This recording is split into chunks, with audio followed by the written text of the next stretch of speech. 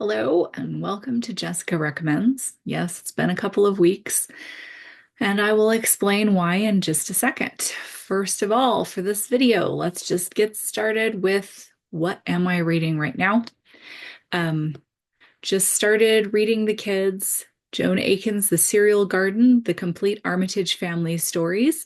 This is an ongoing series of stories about this family that always had something interesting happen to them on Mondays. I love Joan Aiken's writing. I've always loved Wolves of Willoughby Chase and the Arabelle and Mortimer series. These are really good. And so this is really fun. These are new to me and new to my kids, and we're enjoying it so far. And to myself, I am reading the latest Percy Jackson, um, Wrath of the Triple Goddess. I don't even care what the title is with Percy Jackson. I absolutely have loved everything Rick Riordan has written. Love Percy Jackson. Him trying to get referrals and letters of recommendation to attend college is just delightful. This new series is really great. I just finished listening to the book The Ministry of Time, the audiobook, which was good, but I don't recommend listening to it if your kids are in the building. Um, unless you have headphones on.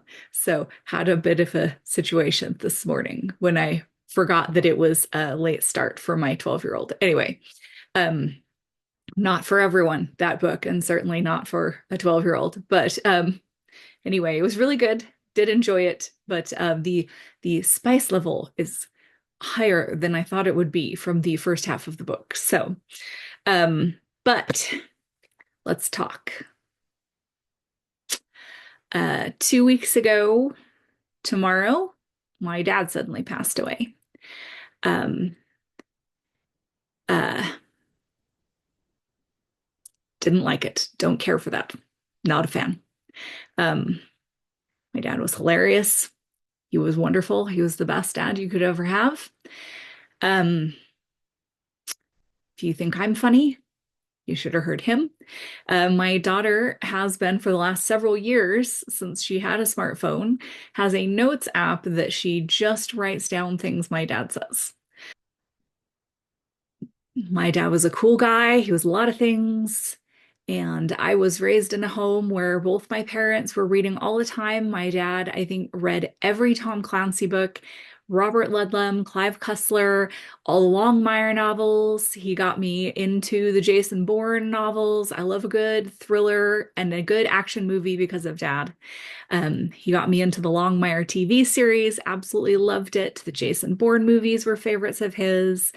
We love things like that as a family. And both my parents were always really big into reading. My mom always belonged to a book club. My dad was always listening to audiobooks in his truck because he drove and traveled a lot for work. And he was just the best. And one of the reasons why I am here today, someone who loves books and someone who writes books, is because of both my parents. But we're definitely talking about dad always being loving, supportive. Whatever I wanted to do, he would help me do it. Whatever I needed, he was there for me. And now he is gone, and I am really going to miss him. Um, but I was also raised in a faith where, and I am still very much part of that, where I know that I will be with my dad again, with all of my family. And that is comforting, although not right this minute. Um, and then I was also raised, I was raised in a faith. I was raised to believe in eternal life. I was raised to believe also in loving your neighbor. I was raised to believe in books and the importance of education. I was raised to believe in being an active part of your community. I was raised in a way that I kind of naively assumed everyone was if they had good parents, and was stayed with my mom for that whole first week up until the funeral. And my mom has also always been very politically active, always volunteered, was a poll worker my whole childhood, always remember that. Very active in politics. And both my parents were. My dad was not quite as out there as my mom was, but she was an organizer. She knocked on doors, she did all that kind of stuff. And until 8 years ago, my mom was the staunchest member of the Republican Party that you could possibly find until 8 years ago. Um, she, I don't even think she votes anymore, at least not for certain things. Uh, Certainly not for president. And so was staying with my mom, and we got up on Wednesday morning and we turned on the news and we looked at each other and we just both started to cry. And she turned it off again. Now, as much as my mom loves books and my dad and they love books, we also are the kind of people that like to have a TV on in the background when we're just doing stuff around the kitchen. And one thing you should know about my mom is that she loved Entertainment Tonight. She had one of those little attached under the counter TVs all while I was growing up in our kitchen in Pocatello, kitchen in Rexburg. Like, she had the little TV, and while she was making dinner after teaching piano lessons for several hours, she always watched Entertainment Tonight. The only time she ever turned off Entertainment Tonight was if they started talking about Donald Trump and his latest scandal. I grew up thinking that he was the most vulgar, horrible, godless man in our country. He was a punchline on designing women for how crass and awful he was. I remember them starting to talk about the report on Entertainment Tonight from his first divorce, about the 100 and something pages of abuse that his first wife had suffered, and that she was granted her divorce on the grounds of inhuman treatment. And my mom running in and turning that off. She's like, I can't even hear his name. So I naively assumed that other people were also raised to value honesty, education, justice, to support our country, and to think always for the betterment of our community. And I was shocked Wednesday at the ripe old age of 48 to realize that some of y'all were not raised right and do not value the same things that I value. And so I'd like to thank you all for sort of shocking me out of my sadness and my haze, the brain fog, and turning it into total rage. So that's where we're at right now. Just battling waves of grief mixed with incandescent rage. So we're going to talk about what books today I think that you, as an American citizen, should be reading if you have not read them already, which I am beginning to doubt. So let's talk about books that every American citizen should read. Some are fiction, some are nonfiction. All of them have to do with the United States. So, You Want to Be President. This is a fun book, picture book. It's a Caldecott. I think it's an honorary. Judith St. George, David Small did the illustrations. Love David Small's illustrations always. These are facts about the various presidents up to, this needs to be updated. Maybe it has been and I'm just not aware, but it is up to Bill Clinton in 93. And talks about just how many presidents were named this or that. How did various presidents die? Some of them were frugal. Some of them spent way too much money, what they were kind of known for, and some things like that. Different jobs that they've had, how many of them were lawyers, how many of them were born in hospitals. So it's just kind of like fun facts to help talk to kids about who the presidents were as men. I particularly love this picture of You got Teddy Roosevelt actual photograph there in the corner talking about all the pets that Theodore Roosevelt's kids had in the White House and the time one of the kids was sick, so another brother brought his pony upstairs into his bedroom to cheer him up.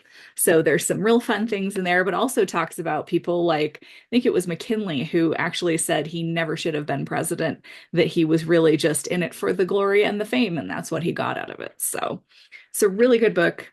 Um, Nothing scary or anything like that that's going to make kids like question the whole foundation of our government. Um, Although if that book exists, I would like to know about it. Please tell me if there's a picture book out there like that. But So You Want to Be President's a great one. I just picked this one up yesterday, actually, and decided to include it. This was on a display because November is Native American Heritage Month. And Chester Nez and the Unbreakable Code, a Navajo code talker story. Joseph Bruchac, and illustrated by Liz and Minnie Holmes. Joseph Bruchac is doing wonderful books for various ages.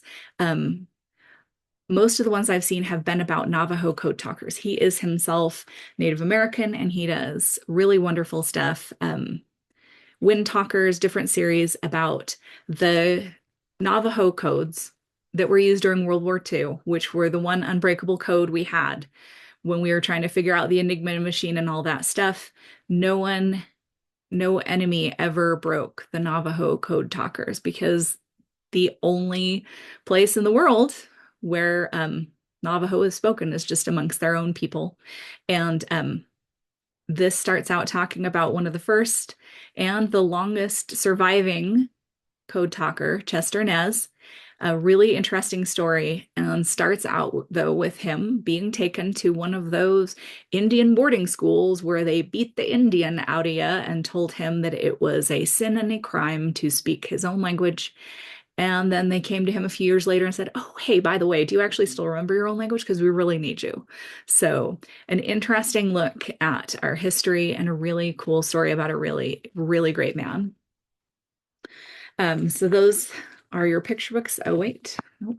Unspeakable. The Tulsa Race Massacre, something I had never heard of. I did not learn about this in school. I did not know about it until this book came out. Carol Boston Weatherford and Floyd Cooper. It's a Caldecott honor book, and it talks about basically the destruction of what was called Black Wall Street, an area of Tulsa, Oklahoma, that was just extremely affluent. It's the Black Wall Street area, and how it was just completely destroyed by the US government, um, essentially. Caldecott honor book. Robert F. Sievert honor book, Coretta Scott King award winner for picture book. It's a beautiful book. The illustrations are gorgeous. The story is absolutely heartbreaking and extremely true. So highly recommend that for all ages. Adults should read that too, because that's just not something that we learn about in school. I know a lot of people apparently found out about it at the exact same time from the Watchmen TV series. Apparently started out with a sequence there, and that's how a lot of people found out about this, because it's been kind of covered up.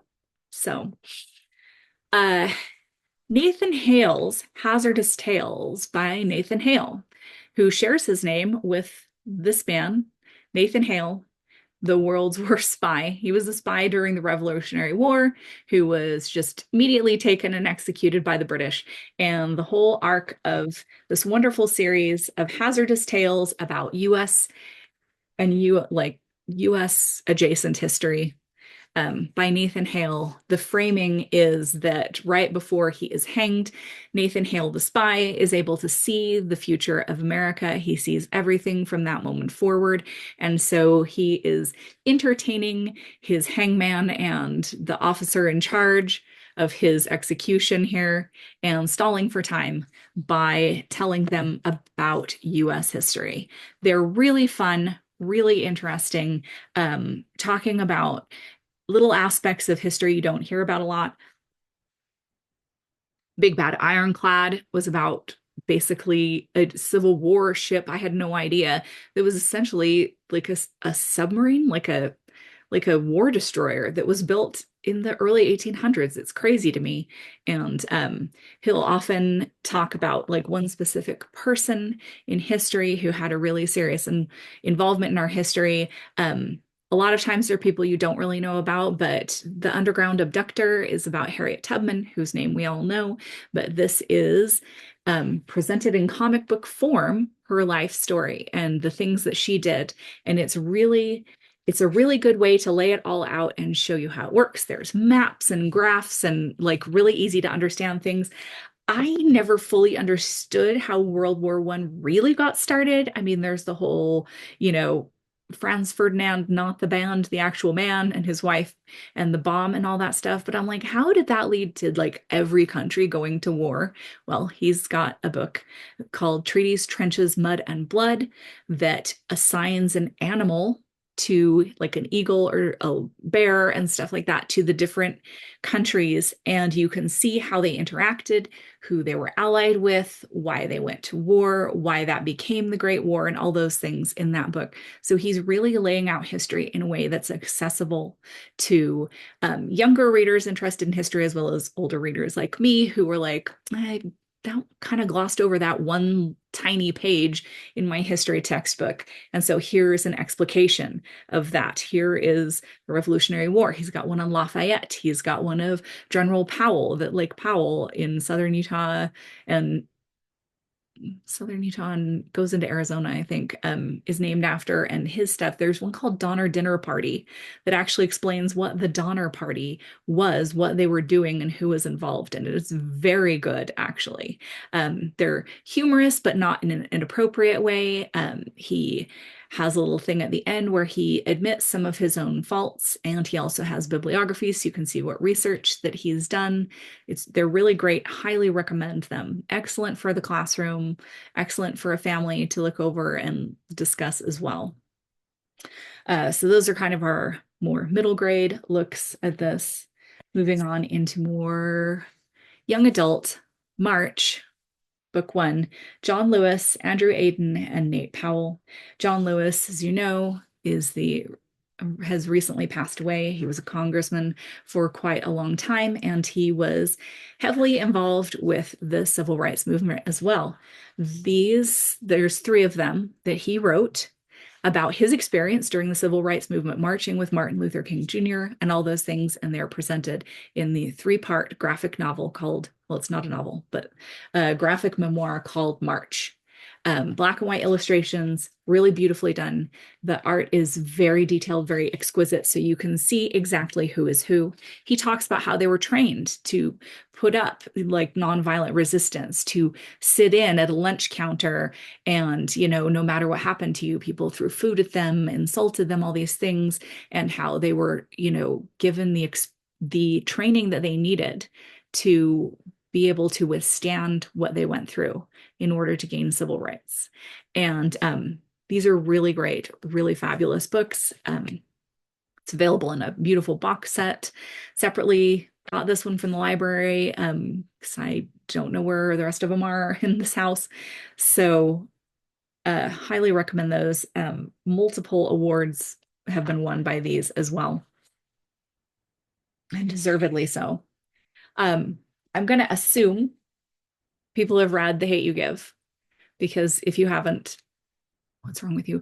But Angie Thomas's The Hate You Give, about a young boy being shot by the police. Gorgeous book. Did I include it on my list of things that I love for Banned Books Week? I hope so, because this book is also being widely banned for, you know, portraying kids having violence enacted against them because they were Black, I guess. Don't really care. Don't understand why it was banned. The Hate You Give is a wonderful book, won multiple awards. Hilariously, I waited to order my own copy until after it had won all the awards, which I had predicted it would, because I wanted to get it with all the awards on it. And apparently, when I bought it. It came, I got like the last copy before like Barnes and Noble started putting all the stickers on it. So this is a Prince Award winner and a Newbery and a Coretta Scott King and like all the things like when every award and the copies now have like awards all the way around. But very deservedly so, gorgeously written, so important. I think everyone should read it, not just for young adults, for young and adults, shall we say. But this one I feel like slipped under the radar just a little bit, and I don't hear as much about this one. Kekla How It Went Down. I love this book so much. It was a Coretta Scott King honor book.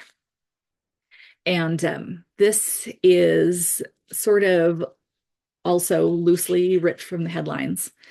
Just a stunning book, the way it's made. But it is about a young boy who's shot by police, and it is the story from all his friends, all his neighbors, everyone who knew him. What did they see? What do they think actually happened? And it shows you how that narrative changes. Oh, well, I heard he had a weapon. Oh, I heard he was running away and they told him to stop. Oh, I heard this, I heard that. Well, I was talking to him that day, and that's not what he said to me right before. Well, I was standing across the street, and that's not at all what I saw. So, and how the community reacts to this violent event. It's really wonderful, and I think it needs a lot more attention. How It Went Down by Kekla Magoon. Warrior Girl Unearthed by Angeline Boulay. Gorgeous book. Angeline is Native American, and this book, this is Upper Peninsula, like Yooper area. Both of her books so far have been set in that area amongst her own people, and just dealing with stuff that they're dealing with, living on the reservation, like social things and all these things. But this one in particular talks about uh, the artifacts, the even bodies of Native American peoples that are being held in museums, whether the people wanted them there or not. It is dealing with, oh, we're studying them. We have all these baskets and these, sacred items, pipes and things like that that we're just displaying in a museum, or they're in a cardboard box somewhere waiting to be cataloged.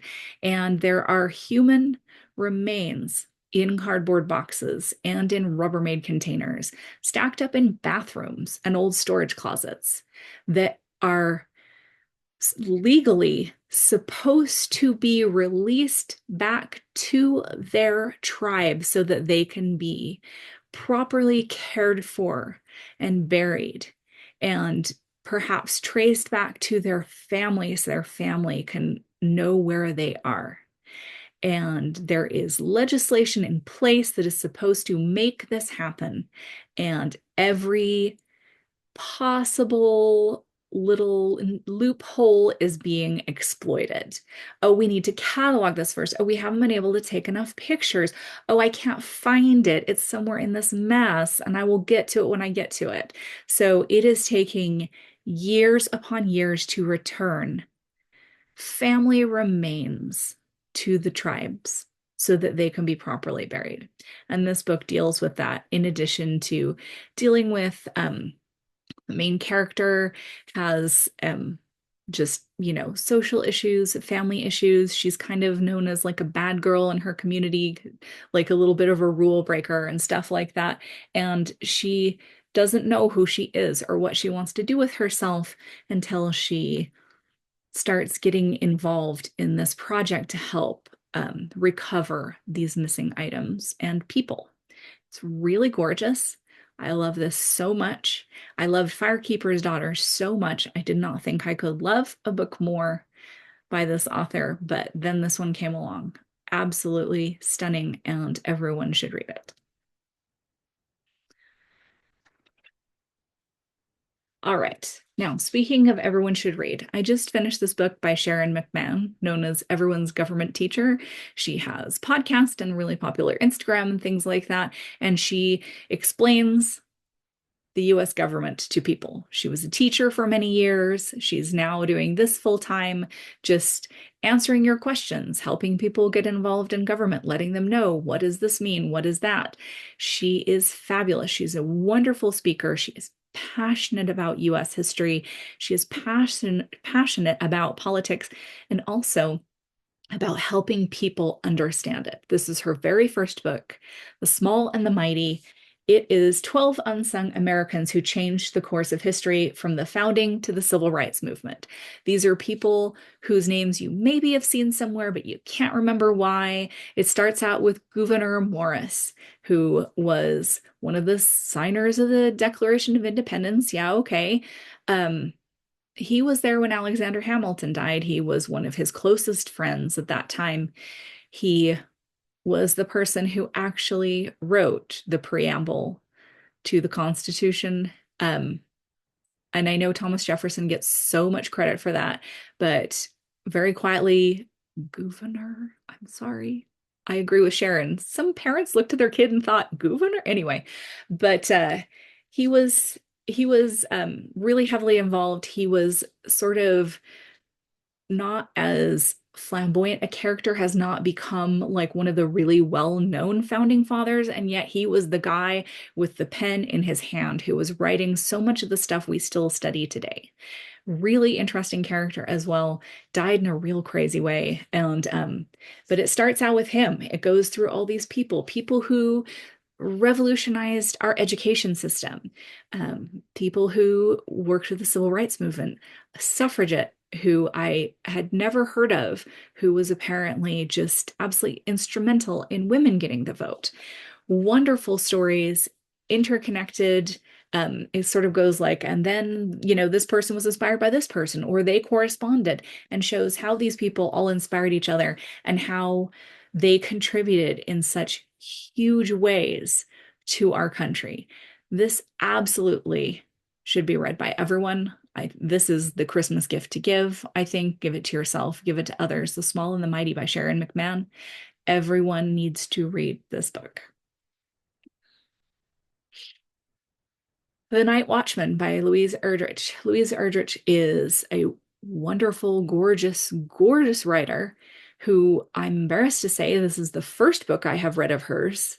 Um, she's been around a long time, has an impressive body of just fabulous work. She is Native American, and so most of her books have that at the center. She's written children's books that it's sort of like instead of Little House on the Prairie, where, by the way, Pa loves to go out shooting Injuns in those books, if you didn't know.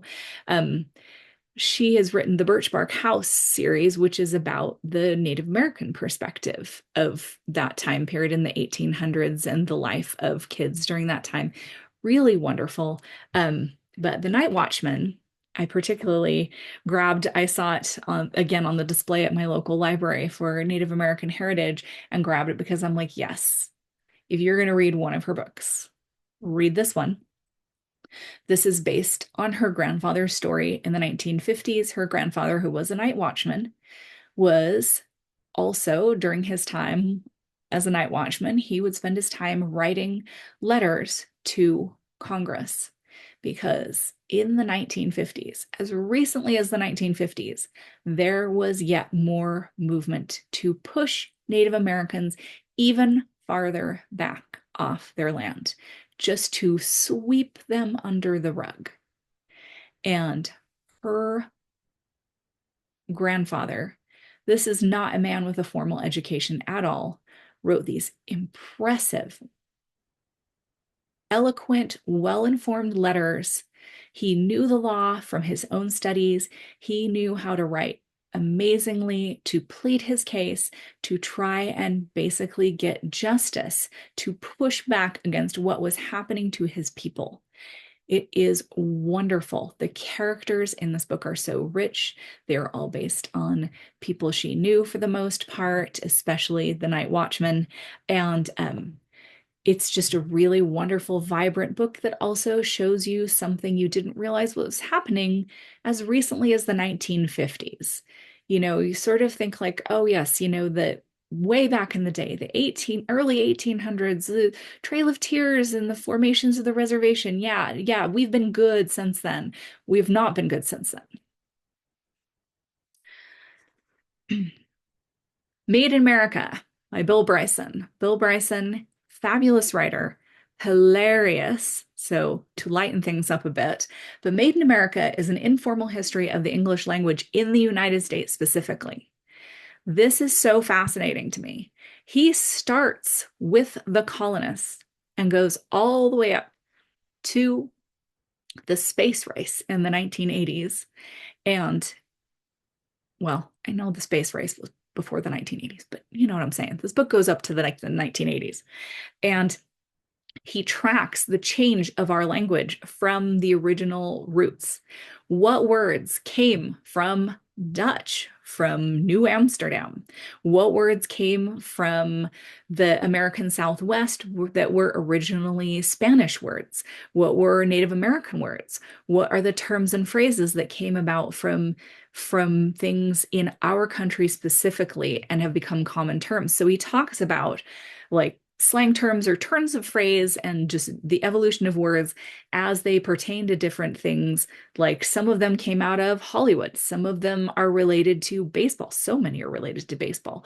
What words came out of the space race? What words came out of like the cowboy, like Wild West thing, and like how those have altered our language and even become popular in other countries that started here in the United States. It's super fascinating. He is a hilarious writer if you don't know Bill Bryson. I also recommend his book, I'm a Stranger Here Myself. After 20 years, I think, he and his wife, who is British, he is from the US. They moved to England. They were there for I don't know how long. And then he saw the easy tax return form and realized that if this is the kind of thing they have to spell out for people, like my country needs me, he moved back to the US for a few years with his family and they didn't care for it. They now live in England, I think, permanently. But he wrote a couple of books based on his experience trying to repatriate himself to America. I'm a Stranger Here Myself is the first one. It's really great as well, looking at modern America through sort of new old eyes. It's really interesting. But this one, if you get into language, Made in America is fabulous. The World Record Book of Racist Stories by Amber Ruffin and Lacey Lamar. You might know Amber Ruffin. She is a writer for the Late Show with Seth Meyer. I don't know. I just call it Seth Meyer's show. But she's one of his writers. She also had her own show for a little while. Maybe she still does, but she's got her own show. She does little bits like Amber Says What and things like that. So you know her. And then she and her sister Lacey have collected two books. This is the second one. The first one is called You'll Never Believe What Happened to Lacey, about experiences that they have had as Black women in America, experiences their families have had, their parents, things that, you know, have been said to Lacey's kids, and just complete with pictures and just all the things that they've faced. They are from North Omaha, Nebraska. They were basically one of like two Black families in that entire city while they were growing up. And so it talks about the things that people felt comfortable saying to them, the things that they felt comfortable doing and saying to them. Nothing is like overly graphic. I've told my kids that they are more than welcome to read this. And they are both very humorous women. Amber, especially, is just absolutely a hoot. She's always wanted to be in comedy, so she's doing it with a comic bent. But your jaw is on the floor going, someone actually said that to her in the 21st century. I think it's really important to see what kind of stuff is really going on and also to understand I am a middle-aged white lady. I don't understand these things until someone points out, like every day at work, this person would say this to me, thinking they were just being fun and funny. And in actuality, it was extremely hurtful. So it's important to see these different perspectives. And I like it with a little dose of humor to take the sting out myself. So, World Record Book of Racist Stories, and also You'll Never Believe What Happened to Lacey by Lacey Lamar and Amber Ruffin. Highly recommend. I don't know why I always keep saying highly recommend. This is called Jessica Recommends. Obviously, I highly recommend it. 1491. This is going way back. Charles C. Mann, New Revelations on the Americas Before Columbus. This was recommended to me by Robson Wells, who's also a writer and a friend of mine. And thank you, Rob. Fabulous. I have recommended this to so many people. I had my mom's book club read it last year. It's exactly what it says. It goes through the history of both North and South America until 1491.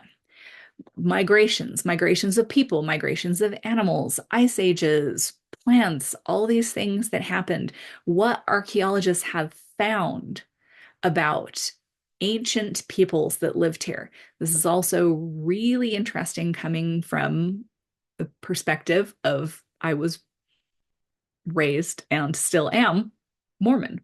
And so we have a lot of thoughts and things about North and South America before Columbus that we learn about as well. And it's interesting to see how this lines up with what archaeologists have found, um, how old uh, cultivated agriculture was in South America, especially how many of the features that we take for granted in and around the jungles and stuff were man-made. Uh, Really fascinating, and why there are so few artifacts because of the materials that they were working with and some of the things that have been lost, and then starts to deal with the early coming of Europeans and how those germs affected people and what was lost, especially in the last few years before 1492, when the introduction of, the flu smallpox came to these continents. It's really great. Very fascinating. I also listened to the audiobook, by the way, which I do recommend. I really like how he did it, but I recommend having the book to hand as well because of there's pictures and maps and things like that that are really good to see. Now, Sarah Vowell. Sarah Vowell is the voice of Violet Parr on The Incredibles, the daughter of The Incredibles, and she is also an incredibly great nonfiction writer. She does essays and pieces for NPR, for newspaper and magazines. This is my all-time favorite of her books. I have read them all multiple times. She is wonderful. Assassination Vacation is her going around and studying each of the presidential assassinations. Where did they happen? Where did the assassin come from? She does deep dives into these people that are so fascinating and covers a lot of American history along the way. Talks about the Oneida, like, ceramics, like plates that are made by Oneida and flatware and things like that, was actually started by a weird cult. And one of the presidential assassins apparently lived there prior to breaking out and shooting one of the presidents. So she goes to the actual locations where it took place, where the person was from, where the president was from, studies all these things, puts it all together. It is really good, very funny as well. She's very dry, very witty, and I love it. And really so informative, though. I think I know more about, like, after reading this, I knew more about most of the presidents than I thought I had, or than I had before. She's really good. The other one of hers that I recommend specifically for your reading pleasure right now is Lafayette in the Somewhat United States. Yes, Lafayette, again, from Hamilton fame, that we all know his name now and his fancy rapping and things like that, if you've seen Hamilton or heard the music. But General Lafayette, who came over from France, was basically exiled because he was a teenager and he had gotten up to some shenanigans back home. And so they're like, why don't you go to the colonies and get out of our hair? And he did a fabulous job of going to the colonies and getting out of their hair. The very interesting difference between what we're sort of taught about the Revolutionary War versus what it was actually like based on his letters and journals.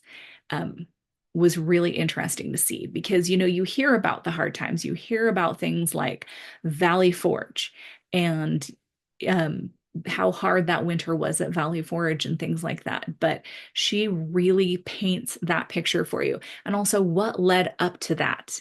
Like, why were they in such dire straits and just spent the whole winter shivering and dying of cold and starvation in these little huts, which are like a hop, skip, and a jump from civilization, but why was it like that? Like, why didn't they have good uniforms? Why didn't they have ammunition?